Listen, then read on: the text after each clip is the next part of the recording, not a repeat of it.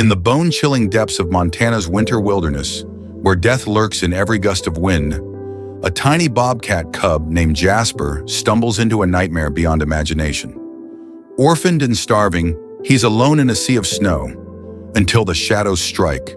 A ruthless wolf pack led by the fierce Zeus closes in, their eyes glinting with hunger as they trap their helpless prey. Howls pierce the air, claws poised to rip apart Jasper's fragile life. But just as all hope fades into the icy void, something unbelievable erupts, defying nature's cruelest laws. Before continuing the story, tell me which city you're watching from. I want to know how far this video has come. Don't forget to like and subscribe to the channel so I can send you exciting stories like this every day. Thank you. The bitter wind howled through the dense pine forest of northern Montana, carrying with it tiny crystals of ice that sparkled like diamond dust in the weak winter sunlight. It was early February, and the Flathead National Forest lay buried under 3 feet of snow, its usual verdant expanse transformed into a stark white wilderness. In this unforgiving landscape, life and death played out their eternal dance with unrelenting regularity. For Jasper, a 4-month-old bobcat cub, this dance had suddenly become terrifyingly real. His mother had disappeared 3 days ago while hunting, leaving him alone in their den beneath a fallen spruce. Hunger had finally driven him out into the open, his instincts warring with his fear as he attempted to find food in a world that seemed determined to eliminate him. The young cub's reddish-brown fur, spotted with black rosettes, stood out starkly against the pristine snow as he cautiously made his way through the forest. His normally proud ear tufts were flattened against his head, and his stub of a tail twitched nervously as he tested each step. At barely 12 pounds, Jasper was significantly smaller than an adult bobcat, his youth evident in his slightly gangly limbs and the remnants of kitten fluff still visible around his neck. 20 miles away, in the small town of Whitefish, Montana, James Ethan Caldwell was preparing for what he thought would be a routine day of wildlife monitoring. At 58, Ethan had spent the better part of 3 decades working as a wildlife biologist for the Montana Fish, Wildlife and Parks Department. His weathered face, creased by years of exposure to the elements, bore testament to countless hours spent in the wilderness. The silver threading through his dark hair and beard seemed to match the winter landscape he so often traversed. "You heading out today, Dad?" Rachel Caldwell's voice carried from the kitchen of their modest ranch-style home. At 28, she had followed in her father's footsteps, working as a veterinarian at the local wildlife rehabilitation center. Ethan pulled on his heavy winter boots, nodding as he checked his gear. Got reports of increased wolf activity in the eastern sector. Need to check if they're getting too close to the ranches? He patted the tranquilizer gun in its holster, a tool he hoped he wouldn't need to use. In all his years of service, Ethan had always believed in minimal intervention, allowing nature to take its course whenever possible. Rachel appeared in the doorway, holding out a thermos of coffee. "Be careful out there. The weather report's calling for another storm system moving in by afternoon." "Always am, kiddo." Ethan accepted the thermos with a smile, remembering how Rachel had earned her nickname, Kiddo, despite now being a grown woman with credentials that rivaled his own. "How's that young mountain lion doing at the center?" "Much better. Should be ready for release by next week." Rachel's eyes sparkled with pride. The rehabilitation center had become her life's work, a calling that seemed to run in the family. As Ethan headed out to his truck, the weight of his equipment familiar and comforting, he couldn't have known that this day would test everything he believed about natural selection and human intervention. The morning sun cast long shadows across the snow as he drove his Ford F-150 along the Forest Service road, its snow chains crunching rhythmically against the packed ice beneath. Meanwhile, Jasper had wandered farther from his den than ever before. The hunger gnawing at his belly had become impossible to ignore, driving him to take increasingly desperate risks. His mother had begun teaching him to hunt before her disappearance, but those lessons had barely scratched the surface of what he needed to know to survive on his own. The young bobcat's keen ears picked up the sound of small claws scratching against bark, a red squirrel perhaps, or a pine marten. His instincts took over, and he dropped into a crouch. his spotted coat helping him blend with the shadows of the forest. But as he prepared to stalk his potential prey, a different sound froze him in place, the soft crunch of multiple paws on snow approaching from several directions. The wolf pack had been tracking Jasper for the last hour, following his inexperienced trail through the snow with practiced ease. Led by a battle-scarred alpha female the locals had named Zeus. For her dark gray coat, the pack had been pushed into new hunting territories by the harsh winter. Their usual prey of elk and deer had become scarce, forcing them to consider smaller quarry they might normally ignore. Jasper's fear scent filled the air as 5 wolves emerged from the trees, their movements coordinated with generations of experience. Zeus took point, her amber eyes fixed on the young bobcat with predatory focus. To her right, her mate, a massive male with a distinctive white chest, moved to cut off any escape route toward the deeper forest. 3 younger wolves completed the circle, their tongues lolling as they anticipated an easy meal. The bobcat cub's heart hammered against his ribs as his eyes darted from one wolf to another. His mother had warned him about wolves, but nothing could have prepared him for the reality of facing a pack alone. His small size, usually an advantage for moving through the forest understory, now seemed like a cruel joke against these efficient killers. Ethan Caldwell had just finished checking his 3rd monitoring station when he heard it, a high-pitched cry of terror that cut through the winter air like a knife. 28 years in the field had taught him to recognize the vocalizations of every predator and prey species in the region. But this sound carried a note of desperate youth that made his chest tighten. Without conscious thought, he was moving through the forest, his snowshoes allowing him to traverse the deep drifts with practiced ease. The tranquilizer gun was in his hands, though he knew using it would be a last resort. Human intervention in predator-prey relationships was generally discouraged, but something about that cry had triggered a response deeper than professional protocol. The scene that greeted him as he crested a small rise made his breath catch in his throat. The wolf pack had a young bobcat cub cornered against a granite outcropping, the small feline's fur bristling as it tried to make itself appear larger. Ethan recognized Zeus immediately. He had been tracking this pack for months, but it was the bobcat cub that captured his attention. The little fellow couldn't have been more than 4 months old, barely weaned and showing signs of malnutrition that suggested it had been alone for several days. Even as Ethan watched, the cub swiped at the nearest wolf with surprising courage, though its claws found nothing but air. Time seemed to slow as Ethan assessed his options. The seasoned part of him understood that predation was woven into the fabric of the ecosystem. Wolves had to feed, and nature's ruthlessness was often its strength. Yet as he observed the young bobcat battling overwhelming odds with fierce resolve, he recalled the countless animals Rachel had nursed back to health at the center. How a single act of care could spark something extraordinary. Settling on his course, Ethan dug into his gear and retrieved a canister of wolf repellent, a blend of noise and odor he'd perfected through years of fieldwork. As Zeus coiled for her final strike, he triggered the device and lobbed it into the gap between the wolves and their target. The reaction was swift and striking. The canister emitted a piercing sound that grated on wolf senses, paired with a smell mimicking their fiercest rivals. Zeus's ears pinned back, and she retreated a few paces, her pack trailing her lead. Ethan seized the moment. Stepping forward with steady assurance, he placed himself between the wolves and the cub, his posture commanding yet restrained. He'd learned long ago that wolves were shrewd enough to weigh danger against gain, and his presence, amplified by the repellent, was tipping that scale.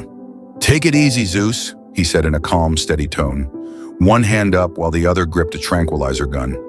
"Plenty of simpler meals out there for you and your crew." The alpha female locked eyes with him for a tense stretch, and in her stare, Ethan glimpsed the spark that had first drawn him to wildlife work. Cunning, yes, but laced with sharp intellect and adaptability. After what felt like ages, Zeus tilted her head back and let out a brief howl. In unison, the pack slipped back into the trees, leaving only their footprints in the snow as proof of their visit.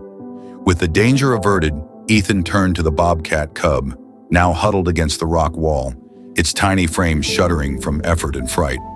Up close, the cub's dire state was stark, ribs jutting under its coat, eyes dulled by thirst. "Hey there, little guy," Ethan murmured, his voice gentle and low as he shrugged off his outer layer. "Rough start to the day, huh?" The cub gave a faint hiss, more scared than fierce, but didn't bolt as Ethan edged closer. Decades of handling wounded animals had taught him how to move, and he saw this cub was too worn and famished to resist. With smooth, practiced motions, he swaddled the small cat in his jacket, forming a snug cocoon to keep it warm and safe from clawing him. Lifting it, he was jolted by how feather-light it felt, far too frail for its age. "Rachel's gonna adore you," he muttered, already picturing his daughter's response to this latest save. Storm clouds loomed above as Ethan trekked back to his truck, the fragile bundle pressed to his chest. The ride to the Wildlife Rehabilitation Center was nerve-wracking, with Ethan stealing glances at his charge. The cub had slipped into a drained slumber, its small body finally yielding to the strain of its trial. As he drove, he rang the center, knowing Rachel would want a heads up. "Dad, you good?" Her voice buzzed through the truck's speakers. "Got a VIP for you, kiddo. Young Bobcat Cub, maybe 4 months, starving and parched. Just pulled it from a wolf pack." A beat of silence followed. "Dad, you know the rules on predator-prey stuff." "I get it, I do, but Rachel, this one's special. Mom's been gone days. Judging by its shape, it wouldn't have lasted another sunrise, wolves or not." He could almost sense her professional armor cracking. "Use the rear door. I'll set up the exam room." The Montana Wildlife Rehabilitation Center was cutting-edge, yet unassuming, a big barn-style building tucked off the main drag. As Ethan rolled up to the back, Rachel stood ready, her dark hair tied back in a no-nonsense ponytail, clad in the scrubs that were like a uniform. "Show me our new guest," she said the moment he climbed out, her work mode kicking in. As he peeled back the jacket, Rachel's face softened. "Oh, Dad, he's stunning." The cub had stirred on the drive and now peered at them with tired blue eyes. They'd shift to yellow with age, they both knew. Despite its state, those eyes held a stubborn glint of life, a testament to its grit. "Let's get him in and looked over," Rachel said, guiding them to the exam room. The next hour buzzed with action as they evaluated the cub. Rachel's deft hands worked with quiet care, checking vitals, drawing blood, starting slow rehydration. "Definitely a boy," she noted as she went. "Roughly 4 months, like you guessed. Badly dehydrated and underfed, but no major wounds." "Honestly, Dad, for all he's endured, he's holding up pretty well." Ethan watched from the corner of the room, a small smile playing at the corners of his mouth. "He's a fighter, that's for sure. You should have seen him facing down those wolves." Rachel looked up from her work, her eyes serious. "He'll need at least 2 months of rehabilitation before we can consider release. And that's assuming everything goes well." "Does he have a name yet?" Ethan asked, knowing his daughter's habit of naming special cases. Rachel studied the cub for a moment as she finished securing the 4-line that would help rehydrate him. "Jasper," she said. "Finally, he looks like a max to me." And so began Jasper's journey from desperate survivor to rehabilitation success story. The first week was critical, with Rachel and her team working around the clock to stabilize his condition. The cub proved to be an ideal patient, accepting treatment with a determination that seemed to mirror his will to survive in the wild. Ethan visited every day, often bringing his field notes to update while sitting in Jasper's recovery room. The cub seemed to recognize him, those intelligent eyes following his movements with increasing interest rather than fear. By the end of the second week, Jasper had gained enough strength to begin exploring his enclosure, his natural curiosity starting to overcome his initial wariness. As weeks turned into months, Jasper's recovery became something of a local sensation. Rachel had always been careful about maintaining professional distance from the animals in her care, knowing they would eventually return to the wild. But there was something special about Jasper. Perhaps it was the circumstances of his rescue, or maybe it was the way he seemed to respond to human presence while maintaining his wild nature. The rehabilitation process was methodical and carefully planned. As Jasper regained his strength, Rachel and her team began introducing elements that would help prepare him for eventual release. Live prey was provided in ways that would encourage his hunting instincts, and human contact was gradually reduced to prevent imprinting. Ethan continued his regular monitoring of the wolf pack that had nearly ended Jasper's life, noting with professional interest how they had adapted their hunting patterns in response to the changing winter conditions. Zeus and her pack had successfully brought down an elk the week after the encounter with Jasper, proving that their attempt on the Bobcat Cub had indeed been born of desperate circumstances rather than normal behavior. As spring began to soften the Montana landscape, Jasper's release date approached. The cub had grown into a healthy young bobcat, his coat glossy and his muscles strong from months of controlled exercise. Rachel had selected a site well away from known wolf territories but within suitable bobcat habitat. The day of release dawned clear and cool, with the first hints of spring visible in the tiny buds appearing on the trees. Ethan and Rachel worked together to prepare Jasper for transport, both feeling the emotional weight of the moment despite their professional experience. "You know," Rachel said as they drove to the release site, "Jasper's secure in a transport carrier in the back of the truck. When you first brought him in, I wasn't sure if we were doing the right thing. Natural selection and all that." Ethan nodded, understanding completely. Nature can be cruel, but it can also be magnificent in its capacity for resilience. Sometimes all it needs is a small chance. The release site was perfect, a rocky area with plenty of cover and known populations of rabbits and other prey species. As they set up the carrier, Rachel performed one final check of Jasper's condition, her movements efficient but gentle. "Ready to go home, buddy," she whispered to the bobcat, who watched her with calm yellow eyes. They had indeed changed color as he matured. The carrier door was opened, and for a long moment, Jasper simply sat there, scanning his new surroundings. Then, with the same determination he had shown in facing down the wolf pack months ago, he emerged into the morning sunlight. He paused briefly, looking back at Ethan and Rachel, and in that moment, both father and daughter felt the full impact of what they had accomplished. Then Jasper was gone, disappearing into the undergrowth with the silent grace that made bobcats such effective predators. Rachel wiped a tear from her cheek, not bothering to hide it from her father. "You did good, kiddo," Ethan said softly, putting an arm around her shoulders. "You did real good." In the months that followed, their wildlife cameras occasionally caught glimpses of a healthy young bobcat in the area, its spotted coat unmistakable to those who knew what to look for. Jasper had not just survived, he was thriving, his presence helping to maintain the delicate balance of the ecosystem. Ethan often thought about that winter morning when he had made the decision to intervene. Across a career stretching over decades, it emerged as a rare instance where the divide between clinical procedure and heartfelt action softened, yielding something remarkable. Jasper's journey transcended a mere triumph of rehabilitation. It became a powerful example of how human empathy, paired with expertise and reverence for nature, could leave a lasting mark.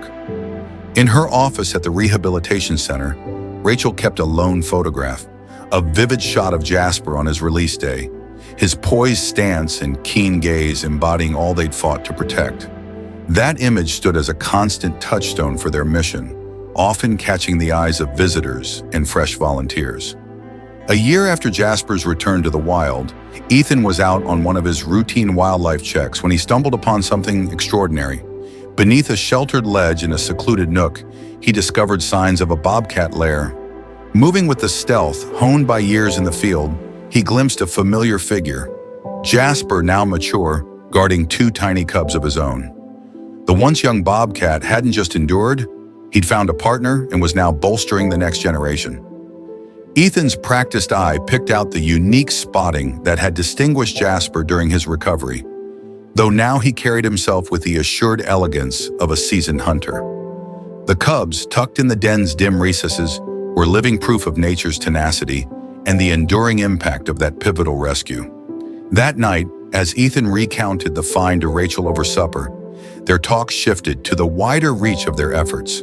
The center had flourished over time, taking in more creatures and schooling new hands in the art of balancing aid with nature's course. "You know what I dwell on sometimes?" Rachel mused, sliding her plate away and leaning in. "That dawn with the wolves. If you hadn't been there, if you hadn't acted in that instant..." Ethan dipped his head, catching her drift. "One quick choice can echo further than we ever imagined. Jasper's not just a single saved bobcat anymore. He's woven into the ecosystem's comeback." Jasper's rehabilitation and release rippled outward, touching more than just one life. Rachel's meticulous records of his case became a goldmine for other wildlife centers, tackling orphaned predator cubs. The methods honed during his care were polished and passed along, boosting survival odds for other young animals in like predicaments. The tale also forged a bridge between local ranchers and conservation advocates. When Rachel shared Jasper's story at a town gathering, highlighting the delicate dance of predator preservation and human involvement, she met a surprisingly open crowd. Even some ranchers, long accustomed to seeing predators as foes, began to grasp the worth of thriving wildlife populations. 5 years after Jasper's rescue, the Montana Wildlife Rehabilitation Center stood as a benchmark operation, renowned for its effective rehabilitation and rewilding efforts. Rachel had taken on a broader role, mentoring new vets in wildlife treatment while still guiding key cases. Ethan, though technically retired, kept up his regular field surveys, his know-how proving ever more essential in monitoring local predator health. The wolf pack that had once threatened Jasper's life lingered in the region, their numbers and range shifting with time. Hera, the lead female, had birthed multiple litters, sustaining the pack's foothold in the ecosystem. Ethan's ongoing watch revealed how the wolves adjusted to shifting circumstances, their hunting habits tilting toward classic prey as deer and elk numbers rebounded. One brisk fall morning, while checking his trail cameras, Ethan found tracks that spun a striking tale. In the damp earth by a creek, he spotted the clear imprints of a wolf pack passing through. Nearby, the smaller, steady marks of a bobcat, likely Jasper, crossing the same ground mere hours apart. Unlike that frantic day years back, these prints bore no hint of chase or clash. They were simply the everyday trails of predators coexisting in shared terrain, each carving out its role in the intricate fabric of forest life. This, Ethan mused, might be the truest measure of their work, not merely saving one creature, but coaxing nature's equilibrium back into place. The woodlands sustained both wolves and bobcats, each fulfilling a vital function in preserving the ecosystem's vitality. As Ethan stood there, examining the tracks in the soft dawn glow, he picked up a familiar noise, the gentle rustle of paws on scattered leaves. Peering up cautiously, he spotted a full-grown bobcat weaving through the thickets. For a fleeting moment, the cat halted, its amber eyes locking with Ethan's in a quiet acknowledgement that seemed to blur the typical divide between wild creatures and people. Whether it was Jasper or one of his kin, Ethan couldn't tell, but that wasn't the point. What struck him was the bobcat's poise, an animal utterly at ease in its domain, neither wary of humans nor reliant on them. This was the real benchmark of effective wildlife restoration, not merely rescuing an animal, but safeguarding its untamed essence. The bobcat slipped back into the trees as noiselessly as it had emerged, leaving Ethan with a deep sense of fulfillment. In his long career tending to wildlife, he'd seen triumphs and setbacks, confronted the often brutal truths of natural selection, and recognized moments where human aid was essential. Jasper's journey embodied the ideal harmony between these elements, a case where empathy, informed by expertise and reverence for nature's rhythms, had bolstered the fragile stability of the wild. At the rehabilitation hub, Rachel was training a fresh wave of wildlife stewards, passing down insights gleaned from numerous cases like Jasper's. The facility had expanded to offer learning initiatives for nearby schools, cultivating a respect and curiosity for wildlife among the area's youth. The trick, she'd explained to her trainees, is understanding when to step in and when to let go. Nature has its own intelligence, its own methods of equilibrium. Our job isn't to meddle with that balance, but to help mend it when human impact or rare events throw it off course. Jasper's tale, a bobcat cub who defied a wolf pack, beat staggering odds, and later aided his species' resurgence, grew beyond a simple success story of rehabilitation. It became an emblem of possibility, proof that even amid nature's toughest trials, there was space for kindness, for thoughtful action, and for the astonishing tenacity of life. Over time, other animals would pass through the center, each carrying its own saga of endurance and renewal. Yet Jasper's narrative held a unique place, a tribute to the impact of a single, well-timed act of care, steered by insight and heart within the vast weave of wilderness protection. The picture in Rachel's office still captured attention, igniting discussions about conserving wildlife and humanity's part in safeguarding the natural realm. And out in Montana's forests, Jasper's lineage endured through his descendants, their existence a critical thread in the ecosystem's unfolding tale of survival, adjustment, and rebirth.